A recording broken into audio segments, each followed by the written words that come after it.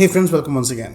ಇವತ್ತೊಂದು ಟಾಪಿಕ್ ಬಗ್ಗೆ ಮಾತಾಡಬೇಕಾದ್ರೆ ಅದರಲ್ಲಿ ಪರ್ಸ್ಪೆಕ್ಟಿವ್ ತುಂಬ ಇಂಪಾರ್ಟೆಂಟ್ ಆಗಿರುತ್ತೆ. ಅಂದರೆ ಫ್ಯಾಕ್ಟ್ಸ್ ಚೇಂಜ್ ಆಗಲ್ಲ, ಆದರೆ ಬೇರೆಯವರು ನಿಮಗೆ ಒಂದೇ ಫ್ಯಾಕ್ಟನ್ನು ಬೇರೆ ಬೇರೆ ಪರ್ಸ್ಪೆಕ್ಟಿವಲ್ಲಿ ಪ್ರೆಸೆಂಟ್ ಮಾಡ್ಬೋದು, depending on their own ideology. ಯಾವುದೋ ಒಂದು ಇನ್ಸ್ಟೆನ್ಸ್, ಯಾವುದೋ ಒಂದು ಇನ್ಸಿಡೆಂಟ್ನ ನಾನು ನನ್ನ ಐಡಿಯಾಲಜಿ ಪ್ರಕಾರ ನನಗದು ಕರೆಕ್ಟಾಗಿ ಅನಿಸ್ಬೋದು, ಬೇರೆಯವ್ರಿಗೆ ಅದನ್ನು ತಪ್ಪು ಅನಿಸ್ಬೋದು. So end of this video ನನಗೇನು ಸರಿ ಅನಿಸುತ್ತೆ ಅಂತ ನಾನು ಹೇಳ್ತೀನಿ, ಆದರೆ ಅದು ನಿಮಗೂ ಸರಿ ಅನಿಸ್ಬೇಕು ಅಂತ ನೆಸಸರಿ ಇಲ್ಲ. So it may change depending on our own ideologies. So ಈ ಯುಕ್ರೇನ್ ಮತ್ತು ಈ ರಷ್ಯಾ ಕಾನ್ಫ್ಲಿಕ್ಟ್ಸ್ ಬಗ್ಗೆ ನಾವು ಡಿಸ್ಕಸ್ ಮಾಡಬೇಕಾದ್ರೆ 2-3 ವಿಷಯನ ನಾವು ತಿಳ್ಕೋಬೇಕು. ಒಂದು, ರಷ್ಯಾ ಮತ್ತು US ಸಂಬಂಧ. ಇನ್ನೊಂದು, ರಷ್ಯಾ ಮತ್ತು ಯುಕ್ರೇನ್ ಸಂಬಂಧ. ಈ ಒಂದು ವಾರ್ಕ್ಕಿಂತ ಮೊದಲು ಯಾಕೆ ವಾರ್ ಆಗ್ತಾ ಇದೆ, ಏನು ಪ್ರಾಬ್ಲಮ್ ಇದೆ, ಏನು ಬ್ಯಾಕ್ಗ್ರೌಂಡ್ ಅನ್ನೋ ಒಂದು ಪರ್ಸ್ಪೆಕ್ಟಿವ್ ನಮಗೆ ಸಿಗುತ್ತೆ. ಎರಡನೇದಾಗಿ, ಈ ವಾರ್ ಇದೆಯಲ್ಲ ಅದು ಹೇಸ್ಟಿಲಿ ತಗೊಂಡಂಥ ಡಿಸಿಷನ್ನು ಅಥವಾ ಪ್ಲ್ಯಾನ್ ಮಾಡಿ ಎಕ್ಸಿಕ್ಯೂಟ್ ಮಾಡಿರೋದ, ಇದನ್ನು ತಿಳ್ಕೊಳ್ಳೋದು ತುಂಬ ಇಂಪಾರ್ಟೆಂಟ್. ಅಷ್ಟೇ ಅಲ್ಲ, ನಮ್ಮ ದೇಶದ ಗವರ್ಮೆಂಟ್ ತಗೊಂಡಿರೋ ಸ್ಟ್ಯಾಂಡ್ ಕರೆಕ್ಟ್ ಹೌದಾ ಅಲ್ವೋ ಅಂತ ನಾವು ಡಿಸ್ಕಸ್ ಮಾಡೋಣ. Without further do let start. US Russia relationship ನೋಡಿ, ಒಂದೇ ಏರಿಯಾದಲ್ಲಿ 2 ಡಾನ್ ಇರೋದು ತುಂಬ ಕಷ್ಟ. 2 ಡಾನ್ಸ್ಗೆ ಇನ್ಸೆಕ್ಯೂರಿಟಿ ಇರುತ್ತೆ. ಅವ್ನು ನನ್ನ ಮೇಲೆ ಅಟ್ಯಾಕ್ ಮಾಡಿಬಿಟ್ರೆ, ಇವ್ನು ನನ್ನ ಮೇಲೆ ಅಟ್ಯಾಕ್ ಮಾಡಿಬಿಟ್ರೆ, ಇವನ್ ಭಯ 2 ಡಾನ್ಸ್ಗಿರುತ್ತೆ. ತುಂಬ ಪವರ್ಫುಲ್ ಆಗಿಬಿಡೋದು, ಯಾವಾಗಲೂ ಅದರಿಂದ ಅಡ್ವಾಂಟೇಜೇ ಬರಬೇಕಂತ ಇಲ್ಲ, ಇನ್ಸೆಕ್ಯೂರಿಟಿನೂ ಸ್ಟಾರ್ಟ್ ಆಗಿಬಿಡುತ್ತೆ. ವರ್ಲ್ಡ್ ವಾರ್ ಮುಗ್ದವಾಗಿಂದ ಓಪನ್ ಫೈಟ್ ಆಗದೇ ಇದ್ರೂ ಕೂಡ ಒಂಥರ ಕೋಲ್ಡ್ ವಾರ್ ಈ 2 ಕಂಟ್ರಿ ಮಧ್ಯೆ ಇದ್ದೇ ಇದೆ. ಕೆಲವೊಂದು ಅಗ್ರಿಮೆಂಟ್, ಕೆಲವೊಂದು ಸಿಚುವೇಶನ್ ಆದಮೇಲೆ ಅದೊಂದು ಸ್ವಲ್ಪ ತಣ್ಣಗಾಗುತ್ತೆ.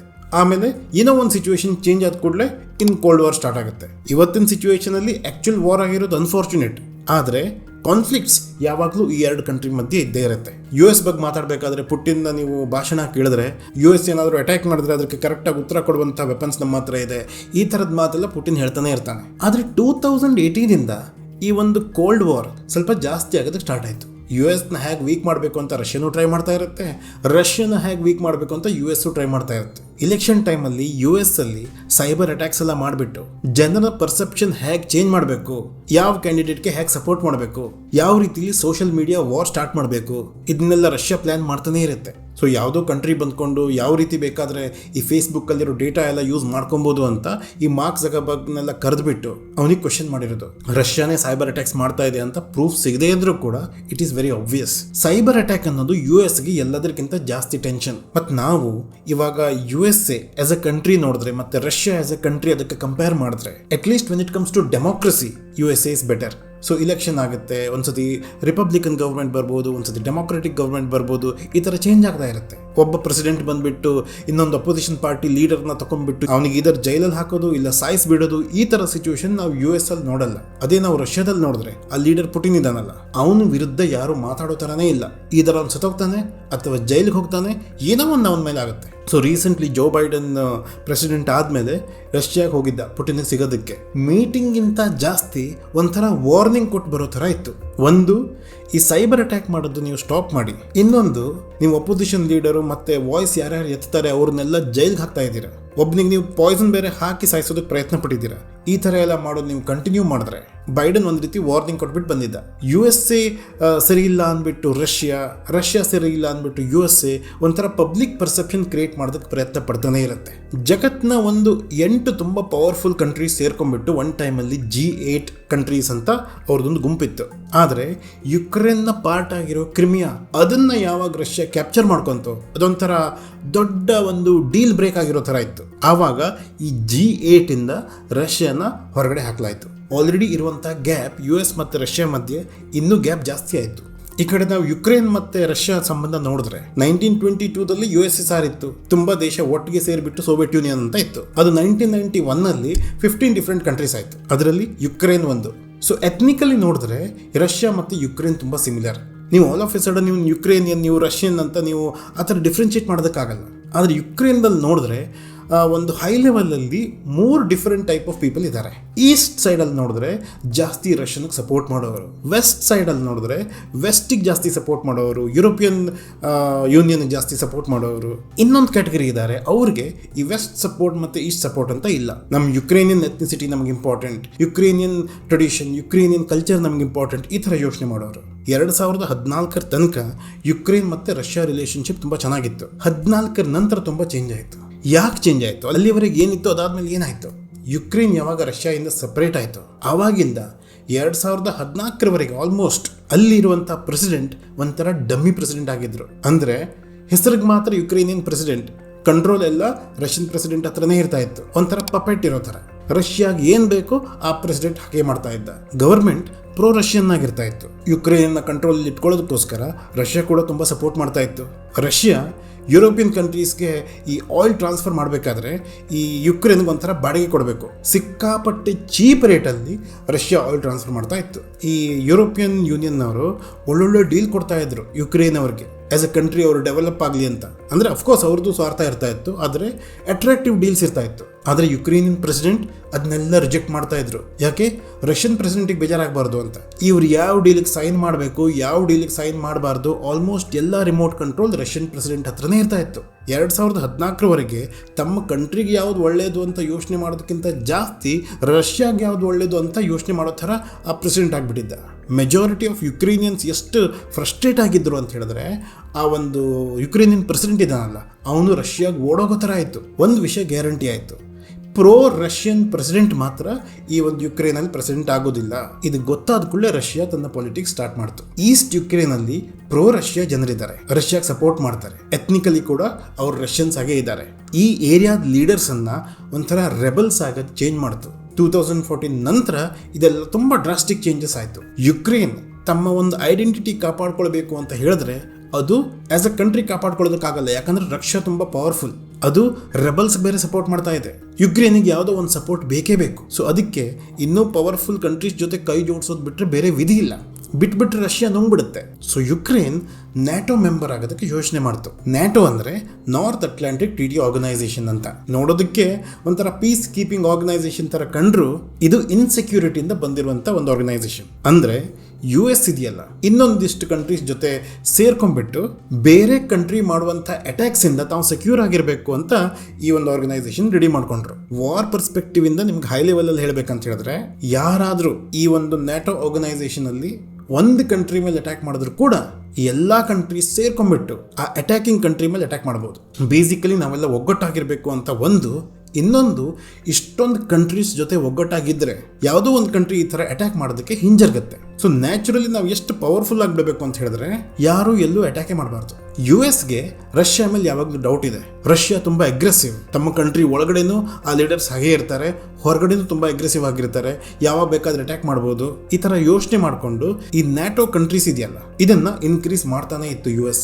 ಎಷ್ಟು ಜಾಸ್ತಿ ಆಯಿತು ಅಂತ ಹೇಳಿದ್ರೆ, ಈ ನ್ಯಾಟೋ ಮೆಂಬರ್ ಆಗಿರುವಂಥ ಕಂಟ್ರೀಸ್ ಈ USSR ಇಂದ 15 ಡಿಫ್ರೆಂಟ್ ಕಂಟ್ರೀಸ್ ಆಗಿತ್ತಲ್ಲ, ರಷ್ಯಾ ಪ್ಲಸ್ ಅನದರ್ 14 ಕಂಟ್ರೀಸ್. ಈ ಚಿಕ್ಕ ಪುಟ್ಟ ಕಂಟ್ರೀಸ್ ಎಲ್ಲ ಒಬ್ಬೊಬ್ಬರಾಗಿ ನ್ಯಾಟೋ ಮೆಂಬರ್ ಆಗೋದಕ್ಕೆ ಸ್ಟಾರ್ಟ್ ಮಾಡಿದ್ರು. ನೀವು ನ್ಯಾಟೋದ ಏನಾದರೂ ಮೆಂಬರ್ ಆಗಿಬಿಟ್ರೆ ನ್ಯಾಟೋ ಸೋಲ್ಜರ್ಸ್ ಎಲ್ಲ ಬಂದ್ಬಿಟ್ಟು ನಿಮ್ಮ ಬಾರ್ಡರ್ ಪ್ರೊಟೆಕ್ಷನ್ ಮಾಡ್ಬೋದು. ಥಿಯರಿಟಿಕಲಿ ಅವ್ರು ಪ್ರೊಟೆಕ್ಷನ್ ಮಾಡ್ತಾರೆ, ಆದರೆ ಅದ್ರ ಜೊತೆ US ತುಂಬ ಮಿಸೈಲ್ಸ್ ಆ ಒಂದು ಕಂಟ್ರಿಲಿ ತಂದಿಟ್ಬಿಡುತ್ತೆ. ಇವಾಗ ತನ್ನ ಅಕ್ಕಪಕ್ಕ ಇರುವಂಥ ಚಿಕ್ಕ ಪುಟ್ಟ ಕಂಟ್ರೀಸಲ್ಲೆಲ್ಲ ಮಿಸೈಲ್ ತಂದ್ಬಿಟ್ಟು USA ಇಟ್ಬಿಟ್ರೆ, ನಾಳೆ ಏನಾದರೂ ರಷ್ಯಾ ಮತ್ತು USA ಮಧ್ಯೆ ವಾರ್ ಸ್ಟಾರ್ಟ್ ಆದರೆ ಮೇನ್ ಸಿಟಿ ಎಸ್ಪೆಷಲಿ ಮಾಸ್ಕೋ ಮೇಲೆ ಅಟ್ಯಾಕ್ ಮಾಡೋದು ತುಂಬ ಈಸಿ ಆಗಿಬಿಡುತ್ತೆ. ಯಾಕಂದರೆ ಪಕ್ಕದ ಕಂಟ್ರಿಲಿ USA ತನ್ನ ಮಿಸೈಲ್ ಇಟ್ಬಿಟ್ಟಿದೆ. ಇದರಿಂದ ರಷ್ಯಾ ಇನ್ಸೆಕ್ಯೂರ್ ಆಗೋದಕ್ಕೆ ಸ್ಟಾರ್ಟ್ ಆಯಿತು. ನಾವು ರಷ್ಯನ್ ಎಕ್ಸ್ಪೆಕ್ಟೇಷನ್ ನೋಡಿದ್ರೆ ಯುಕ್ರೇನ್ ಮೇಲೆ ಜಾಸ್ತಿ ಎಕ್ಸ್ಪೆಕ್ಟೇಷನ್ ಇಲ್ಲ. ಇನ್ಫ್ಯಾಕ್ಟ್ ಅದು USA ಹೇಳ್ತಾ ಇದೆ, ಈ ಕಂಟ್ರಿಯಿಂದ ನಿಮ್ಮ ಸೋಲ್ಜರ್ಸನ್ನು ತೆಗೀರಿ, ಈ ಕಂಟ್ರಿನ ನ್ಯಾಟೋ ಮೆಂಬರ್ಸ್ ಮಾಡ್ಕೊಬೇಡಿ, ಯುಕ್ರೇನ್ ಅಂತೂ ನ್ಯಾಟೋ ಮೆಂಬರ್ ಆಗಲೇಬಾರ್ದು, ಈ ಥರ ಮಾತಾಡ್ತಾ ಇದೆ. ಒಂದು ಪ್ರಾಬ್ಲಮ್ ಏನಾಗ್ಬಿಟ್ಟಿದೆ ಅಂತ ಹೇಳಿದ್ರೆ, ಯುಕ್ರೇನ್ ಹತ್ರ ತುಂಬ ನ್ಯೂಕ್ಲಿಯರ್ ವಾರ್ಹೆಡ್ಸ್, ನ್ಯೂಕ್ಲಿಯರ್ ವೆಪನ್ಸ್ ಇದ್ವು. ಅದೆಲ್ಲ ವೆಪನ್ಸ್ ಯುಕ್ರೇನ್ ರಷ್ಯಾ ಕೊಟ್ಬಿಟ್ಟಿತ್ತು. ನಾನು ನ್ಯೂಕ್ಲಿಯರ್ ಬಾಂಬ್ಸ್ ನೀನು ಕೊಟ್ಬಿಡ್ತೀನಿ, ನೀನು ನನಗೆ ಅಟ್ಯಾಕ್ ಮಾಡಬೇಡ ಅಂತ. ಆದರೆ ರಷ್ಯಾ ರೆಬಲ್ಸ್ನ ಹೆಲ್ಪ್ ತಗೊಂಡು ಅಟ್ಯಾಕ್ ಮಾಡೋದಕ್ಕೆ ಸ್ಟಾರ್ಟ್ ಮಾಡಿದೆ. ಸೊ ನಾವು ಬರೀ ಯುಕ್ರೇನ್ ಮತ್ತು ರಷ್ಯಾ ಮಧ್ಯದ ರಿಲೇಷನ್ಶಿಪ್ ನೋಡಿದ್ರೆ ಅದರಲ್ಲಿ ಯುಕ್ರೇನ್ ಏನೂ ತಪ್ಪಿಲ್ಲ. ಯುಕ್ರೇನ್ ತನ್ನ ಐಡೆಂಟಿಟಿ ಕಾಪಾಡ್ಕೋಬೇಕು ಅಂತ ಇದ್ದರೆ ಅದು ಬೇರೆ ಕಂಟ್ರೀಸಲ್ಲಿ ತಗೊಳ್ಳೇಬೇಕು. ಇಲ್ಲಾಂದರೆ ರಷ್ಯಾ ಅದನ್ನು ಫುಲ್ ನುಂಗೇ ಬಿಡುತ್ತೆ. ಆಲ್ರೆಡಿ ಒಂದು ಸ್ವಲ್ಪ ನುಂಗಾಗಿದೆ, ಫುಲ್ ನುಂಗೋದೊಂದು ಬಾಕಿ ಇದೆ. ಅಷ್ಟೇ ಅಲ್ಲ, ಆ್ಯಸ್ ಎನ್ ಇಂಡಿಪೆಂಡೆಂಟ್ ಕಂಟ್ರಿ ನಾನು ಯಾರ ಹತ್ರ ಏನು ಬೇಕಾದರೂ ಡೀಲ್ ಮಾಡ್ಕೋತೀನಿ. ಆಲ್ರೆಡಿ ನನ್ನ ಐಡೆಂಟಿಟಿ ಮೇಲೆ ಅಟ್ಯಾಕ್ ಮಾಡಿರುವಂಥ ರಷ್ಯಾ ಹೇಳಿದ ಮಾತು ನಾನು ಯಾಕೆ ಕೇಳಬೇಕು ಅಂತ ಯುಕ್ರೇನ್. ಸೊ ಇವಾಗ ನಿಮಗೆ ಗೊತ್ತಿದೆ, ವಾರ್ ಸ್ಟಾರ್ಟ್ ಆಗಿದೆ, ತುಂಬ ಜನ ಸಾಯ್ತಾ ಇದ್ದಾರೆ, ಎಲ್ಲ ಕರೆಕ್ಟ್. ನಮಗೆ all of A sudden Russia attack ಮಾಡ್ತು ಅಂತ ನಮ್ಗೆ ಅನ್ಸುತ್ತೆ. ಆದರೆ ಆ attack all of A sudden ಆಗಿಲ್ಲ. ಫೆಬ್ರವರಿಲಿ ಬೀಜಿಂಗಲ್ಲಿ ಒಲಿಂಪಿಕ್ಸ್ ನಡೀತಾ ಇತ್ತು. ಅದನ್ನ ಮುಗಿಯೋದಕ್ಕೆ ಯಾಕೆ ಕಾಯ್ತಾ ಇದ್ದ? ಯಾಕಂತ ಹೇಳಿದ್ರೆ ರಷ್ಯಾ ಮತ್ತು ಚೈನಾ ತುಂಬ ಕ್ಲೋಸ್ ಫ್ರೆಂಡ್ಸ್. ಚೈನಾ ಈ ಒಲಿಂಪಿಕ್ ಮುಗಿಯೋದ್ರವರೆಗೆ ನೀನೇನು ಮಾಡೋದಕ್ಕೆ ಹೋಗಬೇಡ ಅಂತ ರಿಕ್ವೆಸ್ಟ್ ಮಾಡಿಕೊಂಡ್ರೆ ಪುಟಿನ್ 100% ಕೇಳ್ತಾನೆ. ಚೈನಾ ಪವರ್ಫುಲ್ ಕಂಟ್ರಿ ಬೇರೆ, ಅವರಿಬ್ಬರದು ರಿಲೇಷನ್ ತುಂಬಾ ಚೆನ್ನಾಗಿದೆ. ಸೊ ಒಲಿಂಪಿಕ್ ಮುಗಿಯುವವರೆಗೆ ಪುಟಿನ್ ಏನೂ ಮಾಡಿಲ್ಲ. 20ನೇ ತಾರೀಕು ಒಲಿಂಪಿಕ್ ಮುಗೀತು. 21ನೇ ತಾರೀಕು ಈ ಒಂದು ರೆಬಲ್ ಏರಿಯಾಸ್ ಇದೆಯಲ್ಲ ಯುಕ್ರೇನಲ್ಲಿ, ಅದನ್ನ ಸಪರೇಟ್ ಕಂಟ್ರೀಸ್ ಅಂತ ಡಿಕ್ಲೇರ್ ಮಾಡಿಸ್ದ. UNO ಇದೆಯಲ್ಲ, ಯುನೈಟೆಡ್ ನೇಷನ್ಸ್, ಅದರದ್ದು ಒಂದು ರೂಲ್ ಇದೆ. ಅದ್ರ ಪ್ರಕಾರ ಏಕಾಏಕಿ ನಾವು ಯಾವುದೋ ಒಂದು ಕಂಟ್ರಿನ ಅಟ್ಯಾಕ್ ಮಾಡಬಾರ್ದು. ಆದರೆ ಆರ್ಟಿಕಲ್ 7 ಪ್ರಕಾರ ಯಾವುದೋ ಒಂದು ಕಂಟ್ರಿಯಲ್ಲಿ ಏನಾದರೂ ನಿಮ್ಮನ್ನ ಹೆಲ್ಪ್ ಕೇಳೋದಕ್ಕೆ ಬಂದರೆ ಅವಾಗ ನೀವು ಹೆಲ್ಪ್ ಮಾಡೋದಕ್ಕೆ ಅಟ್ಯಾಕ್ ಮಾಡ್ಬೋದು ಅನ್ನೋ ಥರ ಇದೆ. ಸೊ ಡಿಕ್ಲೇರ್ ಆದ ತಕ್ಷಣ ಈ ರೆಬಲ್ ಕಂಟ್ರೀಸ್ ಇದೆಯಲ್ಲ, ಇಬ್ರು ಇಮಿಡಿಯೇಟ್ ಆಗಿ ಪುಟಿನ್ಗೆ ಒಂದು ಲೆಟರ್ ಬರೆದ್ರು, ನಮಗೆ ಯುಕ್ರೇನಿಂದ ಪ್ರಾಬ್ಲಮ್ ಇದೆ, ಪ್ಲೀಸ್ ಹೆಲ್ಪ್ ಅಸ್ ಅಂತ. ಇದೆಲ್ಲ ನಾಟಕ, ಒಂದು ಅರೇಂಜ್ಮೆಂಟ್ ಇದು. ಸೊ ಇದೆಲ್ಲ ಮೊದಲೇ ಆರ್ಗನೈಸ್ ಆಗಿದ್ರಿಂದ 23rd ಅಟ್ಯಾಕಿಗೆ ರೆಡಿಯಾಗಿ ಕೂತ್ಕೊಂಡಿದ್ದ. ಆ ಲೆಟರ್ ಬಂದ ಕೂಡಲೇ ಅವನು ಅಟ್ಯಾಕ್ ಮಾಡ್ದ. ಸೊ UN ಅವ್ರು ಏನಾದರೂ ಏಕಾಏಕಿ ಯಾಕೆ ಅಟ್ಯಾಕ್ ಮಾಡಿದೆ ಅಂತ ಕೇಳಿದ್ರೆ, ಇಲ್ಲ ನನಗೆ ಅಟ್ಯಾಕ್ ಮಾಡೋದಕ್ಕೆ ಮನಸ್ಸಿರಲಿಲ್ಲ, ಈ ಹೊಸ ಕಂಟ್ರಿ ರೆಡಿಯಾಗಿದ್ವಲ್ಲ ಆ ಕಂಟ್ರೀಸ್ ನಮಗೆ ಹೆಲ್ಪ್ ಕೇಳೋದಕ್ಕೆ ಬಂದರು, ಅದಕ್ಕೋಸ್ಕರ ಬೇರೆ ವಿಧಿ ಇಲ್ಲದೆ ಯುಕ್ರೇನ್ ಮೇಲೆ ಅಟ್ಯಾಕ್ ಮಾಡಬೇಕಾಯ್ತು ಅಂತ ಅವ್ನು ಹೇಳ್ಬೋದು. ಇವಾಗ ಮಾಲ್ಡೋವಾ ಅಂತ ಬೇರೆ ಒಂದು ರೀಜನ್ ಇದೆ, ಆ ರೀಜನ್ ಬೇರೆ ಆಲ್ಮೋಸ್ಟ್ ರಷ್ಯಾ ಕಂಟ್ರೋಲಲ್ಲೇ ಇದೆ.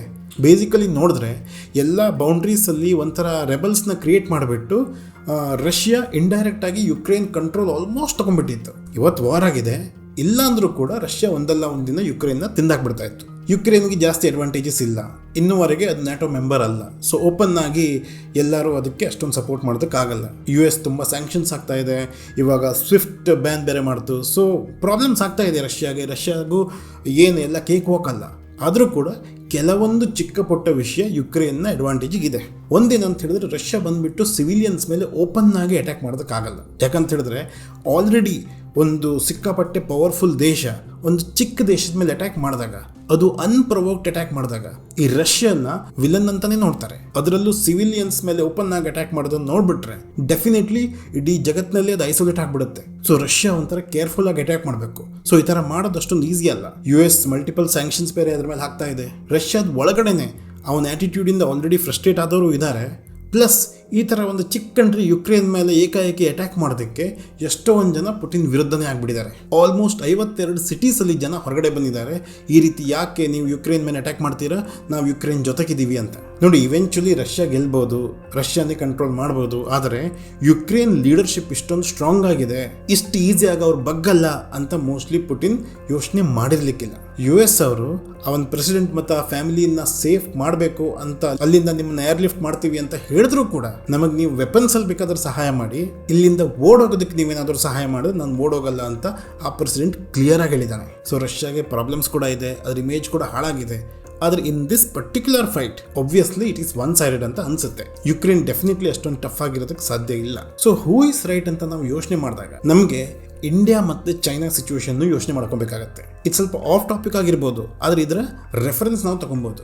ಚೈನಾ ಸ್ಟ್ರಾಟಜಿ ಏನು ಅಂತ ಹೇಳಿದ್ರೆ, ಇಂಡಿಯಾನ ಎಲ್ಲ ಕಡೆಯಿಂದ ಕಂಟ್ರೋಲ್ ಮಾಡಬೇಕು ಅಂತ. ಸೊ ಚೈನಾ ಏನು ಮಾಡುತ್ತೆ, ಇಂಡಿಯಾದ ಅಕ್ಕಪಕ್ಕ ಸರೌಂಡಿಂಗ್ ಎಷ್ಟು ದೇಶ ಇದೆಯೋ ಆ ದೇಶಗಳಿಗೆ ಸಾಲ ಕೊಡೋದು. ಎಷ್ಟು ಸಾಲ ಕೊಡೋದು ಅಂತ ಹೇಳಿದ್ರೆ, ಒಂದು ಟೈಮಲ್ಲಿ ಅವ್ರು ಸಾಲ ತೀರ್ಸೋದಕ್ಕಾಗದೇ ಇದ್ದರೆ ನಾವು ನಿಮ್ಮ ಕಂಟ್ರಿ ಪ್ರಾಜೆಕ್ಟ್ಸಲ್ಲಿ ಇನ್ವೆಸ್ಟ್ ಮಾಡ್ತೀವಿ ಅಂತ ಹೇಳೋದು. ಪ್ರಾಜೆಕ್ಟ್ ಇನ್ವೆಸ್ಟ್ ಮಾಡಿದ ಕೂಡಲೇ ತಮ್ಮ ಜನರನ್ನ ಅಲ್ಲಿ ಕಳಿಸ್ತೀವಿ ಅಂದ್ಬಿಟ್ಟು ತಮ್ಮ ಸೋಲ್ಜರ್ಸ್ನ ಅಲ್ಲಿ ಕಳಿಸ್ಬಿಡೋದು. ಒಂಥರ ಅಲ್ಲಿ ಮಿಲಿಟ್ರಿ ಬೇಸ್ ಮಾಡ್ಕೊಂಡ್ಬಿಡೋದು.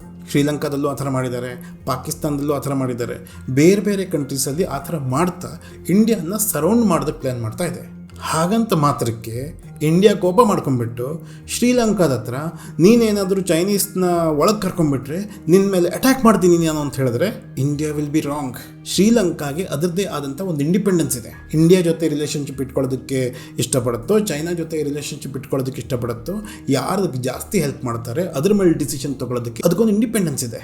ಸೊ ಇಂಡಿಯಾ ತನ್ನ ಕೌಂಟರ್ ಸ್ಟ್ರಾಟಜಿ ಮಾಡಬೇಕು ಹೊರತು ಅಟ್ಯಾಕ್ ಮಾಡಿಬಿಡೋದಲ್ಲ. ವೀಕ್ ಕಂಟ್ರೀಸ್ ಮೇಲೆ ಅಟ್ಯಾಕ್ ಮಾಡೋದು ಈಸಿ ಅನಿಸುತ್ತೆ, ಬಟ್ ಆ ಕಂಟ್ರಿಗೂ ಒಳ್ಳೇದಲ್ಲ, ನಾವು ವಿಲನ್ ಆಗ್ತೀವಿ. ಪ್ಲಸ್ ಎಷ್ಟು ಚಿಕ್ಕ ವಾರ್ ಆದರೂ ಕೂಡ ನಮಗೂ ಒಳ್ಳೇದಲ್ಲ. ಸೊ ನನ್ನ ಪ್ರಕಾರ ಇಂಡಿಯಾ ಇದೇ ಥರ ಮಾಲ್ಡೀವ್ಸಲ್ಲಿ ಮಾಡೋದಕ್ಕೆ ಟ್ರೈ ಮಾಡ್ತಾ ಇದೆ, ಸ್ವಲ್ಪ ಕೌಂಟರ್ ಆಗಬೇಕು ಅಂತ. ನೇಪಾಳನ ಇಂಪ್ರೆಸ್ ಮಾಡೋದಕ್ಕೆ ಇಂಡಿಯಾ ಮತ್ತು ಚೈನಾ ಇಬ್ಬರೂ ಟ್ರೈ ಮಾಡ್ತಾ ಇದ್ದಾರೆ. ಭೂಟಾನ್ ಜೊತೆ ಇಂಡಿಯಾದ ಬೆಟರ್ ರಿಲೇಷನ್ಶಿಪ್ ಇತ್ತು. ಇವತ್ತು ಚೈನಾ ಕೂಡ ಭೂಟಾನ್ನ ತುಂಬ ಇಂಪ್ರೆಸ್ ಮಾಡೋದಕ್ಕೆ ಟ್ರೈ ಮಾಡ್ತಾ ಇದೆ. 2016 ನಂತರ ಬಾಂಗ್ಲಾದೇಶ್ ಜೊತೆ ಚೈನಾ ಕೂಡ ಅದ್ರ ರಿಲೇಷನ್ಶಿಪ್ ಇಂಪ್ರೂವ್ ಮಾಡ್ಕೊತಾ ಇದೆ. ಸೊ ಈ ಥರ ಸ್ಟ್ರಾಟಜಿಕಲಿ ದೊಡ್ಡ ದೊಡ್ಡ ದೇಶ ತಮ್ಮ ಕಂಟ್ರೋಲ್, ತಮ್ಮ ಪವರ್ ಜಿಯೋಗ್ರಫಿಕಲಿ ಇಂಪ್ರೂವ್ ಮಾಡ್ಕೊಳ್ಳೋದು ಇಟ್ಸ್ ಓಕೆ. ಆದರೆ ತನಗೆ ಬೇಕಾದಂಗೆ ಆಗ್ತಾ ಇಲ್ಲ ಅಂದ್ಬಿಟ್ಟು ಅಟ್ಯಾಕೇ ಮಾಡಿಬಿಡೋದು ಇಟ್ಸ್ ರಾಂಗ್. ಸೊ ಯುಕ್ರೇನ್ ಮತ್ತು ರಷ್ಯನ್ ಕಂಡೀಷನ್ ನೋಡಿದ್ರೆ for me clearly Russia is the culprit and Ukraine is the victim. So ಇಂಡಿಯಾದ ಪೊಸಿಷನ್ ಏನಾಗಬೇಕು? ಇಂಡಿಯನ್ ಗವರ್ಮೆಂಟ್ ಮಾಡ್ತಾ ಇರೋದು ಕರೆಕ್ಟಾ? ನನ್ನ ಪ್ರಕಾರ ಅದು ಕರೆಕ್ಟ್ ಅನ್ಸುತ್ತೆ. ಯಾಕಂತ ಹೇಳಿದ್ರೆ ನಮ್ಮ ಪೊಸಿಷನ್ ಇವತ್ತಿನ ಮಟ್ಟಿಗೆ ರಷ್ಯಾನ ಎದುರಾಕೊಳ್ಳುವಂಥ ಪೊಸಿಷನ್ ನಮಗಿಲ್ಲ. ನಮ್ಮ ಏರಿಯಾದಲ್ಲಿ ಒಂದು ಡಾನ್ ಇದ್ಬಿಟ್ಟು ಆ ಡಾನಿಂದ ನಾವು ಮೊದಲೇ ಹೆಲ್ಪ್ ತಗೊಂಡಿದ್ರೆ ಇವತ್ತು ಆ ಡಾನ್ ಇನ್ಯಾರೋ ಒಬ್ನಿಗೆ ಹೊಡಿತಾ ಇದ್ರೆ ನೀನು ಮಾಡ್ತಾ ಇರೋದು ತಪ್ಪು ಅಂತ ಹೇಳುವಂಥ ಸಿಚುವೇಶನ್ ನಾವಿರಲ್ಲ. ಮ್ಯಾಕ್ಸಿಮಮ್ ಏನು ಮಾಡ್ಬೋದು, ಆ ಯಾರು ಹೊಡೆಸ್ಕೊಂಡು ಅವನಿಗೆ ಹೋಗ್ಬಿಟ್ಟು ಸ್ವಲ್ಪ ನೀರು ಕೊಡ್ಬೋದು, ಸ್ವಲ್ಪ ಅವನನ್ನು ಹಾಸ್ಪಿಟ್ಲ್ಗೆ ಹಾಕ್ಬೋದು. ಇಷ್ಟು ಕೆಲಸ ನಾವು ಮಾಡ್ಬೋದು. ಇಂಡಿಯಾ ಕೂಡ ಅದೇ ಕೆಲಸ ಮಾಡ್ತಾ ಇದೆ. ರಷ್ಯನ್ನ ಎದುರು ಹಾಕೊಳ್ಳುವಂಥ ಸಿಚುವೇಶನ್ ಇಂಡಿಯಾಕ್ಕಿಲ್ಲ. ಯಾಕಂದರೆ ರಷ್ಯಾ ಮತ್ತು ಚೈನೀಸ್ ರಿಲೇಷನ್ಶಿಪ್ ತುಂಬ ಚೆನ್ನಾಗಿದೆ. ಸೊ ರಷ್ಯಾ ಜೊತೆ ಅಟ್ಲೀಸ್ಟ್ ಡೀಸೆಂಟ್ ರಿಲೇಷನ್ಶಿಪ್ ಇಟ್ಕೊಳ್ಳೋದು ಬಿಟ್ಟರೆ ನಮ್ಗೆ ಬೇರೆ ವಿಧಿ ಇಲ್ಲ. 100% ರಷ್ಯಾ ಮಾಡ್ತಾ ಇರೋದು ತಪ್ಪು. ಆದರೆ ಆ್ಯಸ್ ಅನ್ ಇಂಡಿಯನ್ ಗವರ್ಮೆಂಟ್ ನಾನು ನನ್ನ ಕಂಟ್ರಿನ ಹೇಗೆ ಪ್ರೊಟೆಕ್ಟ್ ಮಾಡಬೇಕು ಅಂತ ಫಸ್ಟ್ ನೋಡ್ಕೊಬೇಕಾಗತ್ತೆ. ಸೊ ಇಂಡಿಯನ್ ಗವರ್ಮೆಂಟ್ ಕೂಡ ಅದೇ ಮಾಡ್ತಾ ಇದೆ. ಹ್ಯುಮ್ಯಾನಿಟೇರಿಯನ್ ಹೆಲ್ಪ್ ಮೋಸ್ಟ್ಲಿ ಯುಕ್ರೇನಿಗೆ ಕೊಡ್ಬೋದು, ಅಷ್ಟರ ಮಟ್ಟಿಗೆ ಇಂಡಿಯಾ ಹೆಲ್ಪ್ ಮಾಡ್ಬೋದು. ಅದಕ್ಕಿಂತ ಜಾಸ್ತಿ ಓಪನ್ ಆಗಿ ರಷ್ಯಾ ಮಾಡಿರೋ ತಪ್ಪು ಅಂತ ಹೇಳೋದಕ್ಕಾಗಲ್ಲ. ಯಾಕಂತ ಹೇಳಿದ್ರೆ ರಷ್ಯಾ ತುಂಬ ಇಂಡಿಯಾಗೆ ಹೆಲ್ಪ್ ಮಾಡಿದೆ. ಸೊ ಇವತ್ತು ಅತ್ಯಾಚಾರ ಆಗ್ತಾ ಇದ್ರು ಅದನ್ನು ನೋಡಿಕೊಂಡು ಸುಮ್ಮನಿಲ್ಲದೆ ಬೇರೆ ನಮ್ಗೆ ವಿಧಿನೇ ಇಲ್ಲ. That is the situation. Unfortunate, ಆದರೆ ಏನು ಮಾಡೋಕ್ಕಾಗಲ್ಲ. ತುಂಬ ಜನ ಯುಕ್ರೇನ್ ಒಂದು ಟೈಮಲ್ಲಿ ಇಂಡಿಯಾಗೆ ಸಪೋರ್ಟ್ ಮಾಡಿರಲಿಲ್ಲ, ಈ ಟೈಮಲ್ಲಿ ಸಪೋರ್ಟ್ ಮಾಡ್ಬೋದಾಗಿತ್ತು, ಆ ಟೈಮಲ್ಲಿ ಸಪೋರ್ಟ್ ಮಾಡ್ಬೋದಾಗಿತ್ತು. ನೋಡಿ, ಯುಕ್ರೇನ್, ಇಂಡಿಯಾ, ಪಾಕಿಸ್ತಾನ್ ಯಾವುದೋ ಒಂದು ಟೈಮಲ್ಲಿ ನಮಗೆ ಬೇಕಾದಂಥ ಇಂಡಿಪೆಂಡೆಂಟ್ ಡಿಸಿಷನ್ ತೊಗೊಳ್ಳೋದು, ಇಂಡಿಪೆಂಡೆಂಟ್ ಆಗಿ ಓಪನ್ ಆಗಿ ಸೈಡ್ಸ್ ತೊಗೊಳ್ಳುವಂಥ ಸಿಚುವೇಶನ್ ನಾವಿಲ್ಲ. ಯುಕ್ರೇನ್ ಯಾವಾಗಾದರೂ ಇಂಡಿಯನ್ ವಿರುದ್ಧ ನಿಂತಿದ್ರು ಕೂಡ ಅದಕ್ಕೆ ಬೇರೆ ವಿಧಿ ಇಲ್ಲದೆ ಅದು ನಿಂತಿದ್ದಿರ್ಬೋದು. ನೀವು ಇನ್ನೊಂದು ಹೈಪೋಥೆಟಿಕಲ್ ಸಿಚುವೇಶನ್ ತಗೊಳ್ಳಿ, ಯುಕ್ರೇನ್ ಫುಲ್ ಇಂಡಿಯಾಗೆ ತುಂಬ ಫ್ರೆಂಡ್ ಆಗಿದೆ ಅಂತಲೇ ತಿಳ್ಕೊಳ್ಳಿ, ಆದರೂ ಕೂಡ ಇವತ್ತು ಓಪನ್ ಆಗಿ ರಷ್ಯಾ ವಿರುದ್ಧ ನಿಂತ್ಕೊಳ್ಳುವಂಥ ಸಿಚುವೇಶನ್ ಇಂಡಿಯಾಕ್ಕಿಲ್ಲ. ಸೊ ಇಂಡಿಯಾ ಏನಾದರೂ ಸ್ಟೆಪ್ಸ್ ತಗೊಂಡ್ರೂ ಕೂಡ ಅದು ಬೇರೆ ವಿಧಿ ಇಲ್ಲದೆ ತಗೊಳ್ಳುವಂಥ ಸ್ಟೆಪ್ಸ್. ಯುಕ್ರೇನ್ ಏನಾದರೂ ಮೊದಲು ಸ್ಟೆಪ್ಸ್ ತೊಗೊಂಡಿದ್ರು ಕೂಡ ಇಂಡಿಯಾದ ವಿರುದ್ಧ ಆಗಿರ್ಬೋದು, ಇಂಡಿಯಾದ ಫಾರ್ ಆಗಿರ್ಬೋದು, ಅದು ಬೇರೆ ವಿಧಿ ಇಲ್ಲದೆ ತೊಗೊಂಡಿರುವಂಥ ಸ್ಟೆಪ್ಸ್ ಹಾಗೇ ಇರುತ್ತೆ. ಯಾಕಂತ ಹೇಳಿದ್ರೆ ಈ ವರ್ಲ್ಡಲ್ಲಿ ಗ್ರೂಪ್ ಆಗಿಬಿಟ್ಟಿದೆ, 2-3 ದೊಡ್ಡ ಪ್ಲೇಯರ್ಸ್ ಇದ್ದಾರೆ. ಅದರಲ್ಲಿ ಯಾವುದೋ ಒಂದು ದೊಡ್ಡ ಪ್ಲೇಯರ್ ಸೈಡ್ ನಾವು ತೊಗೊಳ್ಳದೇ ಇದ್ದರೆ ಬದುಕೋದು ಕಷ್ಟ ಆಗಿಬಿಡುತ್ತೆ. ಸೊ ಆ್ಯಸ್ ಹ್ಯೂಮನ್ಸ್ ನಾವು ಯೋಚನೆ ಮಾಡಿದ್ರೆ Ukraine is a victim. Our prayers should be with Ukrainians. ಆದರೆ ಆಸ್ ಇಂಡಿಯನ್ ಗವರ್ಮೆಂಟ್ ನಾವು ಓಪನ್ ಆಗಿ ಯುಕ್ರೇನ್ ಸಪೋರ್ಟ್ ಮಾಡಿಬಿಟ್ಟು ಓಪನ್ ಆಗಿ ರಷ್ಯನ್ ವಿರುದ್ಧ ಮಾಡೋದಕ್ಕಾಗಲ್ಲ. ಸೊ ಕೆಲವೊಂದು ಸೋಷಿಯಲ್ ಮೀಡಿಯಾದಲ್ಲಿ ನೋಡ್ತೀನಿ, ಯುಕ್ರೇನ್ ಆ ಟೈಮಲ್ಲಿ ಇಂಡಿಯಾಗೆ ಸಪೋರ್ಟ್ ಮಾಡಿಲ್ಲ, this is tit for that, ನಾವು ಅವ್ರ ವಿರುದ್ಧ ನಿಂತ್ಕೊಂಡು ತೋರಿಸ್ಬೇಕು, ನಾನು ರಷ್ಯಾಗೆ ಸಪೋರ್ಟ್ ಮಾಡ್ತೀನಿ. ಇವರೆಲ್ಲ ಸೇಡಿಸ್ಟ್ಸ್. ಇವರು ಒಬ್ಬರನ್ನ ಸಾಯೋದನ್ನು ನೋಡ್ಕೊಂಡ್ಬಿಟ್ಟು, ಯಾವುದೋ ಒಬ್ಬ ಪವರ್ಫುಲ್ ವ್ಯಕ್ತಿ ಒಂದು ವೀಕ್ ವ್ಯಕ್ತಿಯನ್ನು ಹೊಡಿತಾ ಇರೋದು ನೋಡ್ಕೊಂಡ್ಬಿಟ್ಟು ಎಂಜಾಯ್ ಮಾಡುವಂಥ ಜನ. ಸೊ ಇಂಥವ್ರ ಮಾತನ್ನೆಲ್ಲ ನಾವು ಸೀರಿಯಸ್ ಆಗಿ ತಗೋಬೇಕಾಗಿಲ್ಲ. ನಾನು ಈ ವಿಡಿಯೋ ಮಾಡೋವರೆಗೆ ಇಂಡಿಯನ್ ಗವರ್ಮೆಂಟ್ ಏನು ಡಿಸಿಷನ್ ತೊಗೊಂಡಿದ್ಯೋ ನನ್ನ ಪ್ರಕಾರ ಆ ಒಂದು ಬ್ಯಾಲೆನ್ಸ್ಡ್ ನ್ಯೂಟ್ರಲ್ ಡಿಸಿಷನ್ ತೊಗೊಳ್ಳೋದು, that's what we can do. So ಈ ಟಾಪಿಕ್ ಮೇಲೆ ದಿಸ್ ಇಸ್ ಮೈ ವ್ಯೂ. ನಿಮ್ಮ ವ್ಯೂ ಡಿಫ್ರೆಂಟ್ ಆಗಿರ್ಬೋದು. ನಮ್ಮ ಐಡಿಯಾಲಜಿ ಮೇಲೆ ಒಬ್ಬರು ಸರಿ ಮತ್ತು ಇನ್ನೊಬ್ಬರು ತಪ್ಪು ಅಂತ ನಮಗನ್ಸುತ್ತೆ. So if I am able to give you a different perspective, I will be happy. Thank you so much for watching this video. Video ಇಷ್ಟ ಆಗಿದ್ದರೆ please to give it a like. Thanks again. Take care.